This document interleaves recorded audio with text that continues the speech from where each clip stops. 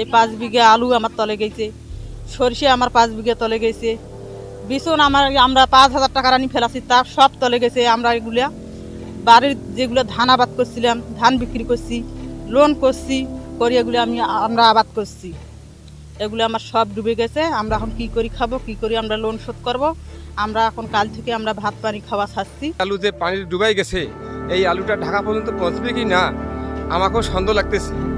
তারপর আমি নিচ্ছি যে কিছু অংশটা উদ্ধার হোক, মানে পয়সা পাও আর কি, এই জন্য আমি আলু নিচ্ছি। পাইকারও টানিয়ে আনি আলু দিয়েছি, এই 6 টাকা 7 টাকা কেজি কয়েছে। জমিনে তো ও পাইকারও নাই, শাড়ি পালাইছে। আর এই আলু ধরি ফইয়া ভাষাত পড়ে গেছে, আর বাকি আলু যেগুলো সম্পূর্ণ পচিয়ে দেবে।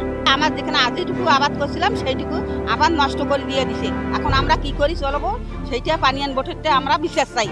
আমার কি দিবে না দিবে আমি পানিয়ান বোটেরতে আবদার করেছি। আমরা এখন কি করে চলবো?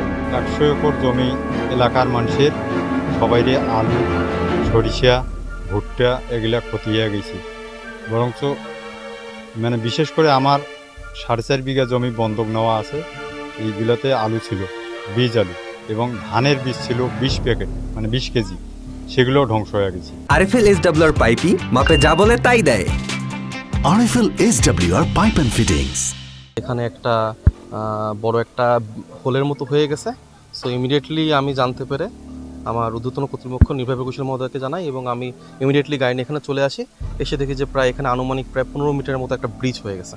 এই তো জানামাত্র আমাদের নির্বাহী প্রকৌশলী মহোদয়ের নির্দেশে আমরা এখানে ইমিডিয়েটলি যাতে এখানে এই ব্রিজটা বন্ধ করতে পারি, এই জন্য অলরেডি বিলম্বে অলরেডি জিও ব্যাগ আনতেছি। আমরা জিও ব্যাগ দিয়ে বালু ভরাট করে জিও ব্যাগ দিয়ে আমরা এই ব্রিজটা বন্ধ করে দিয়ে তারপর যারা ক্ষতিগ্রস্ত তাদেরকে কিভাবে সর্বাত্মক সহযোগিতা করা যায় সেটা আমরা প্ল্যান করতেছি।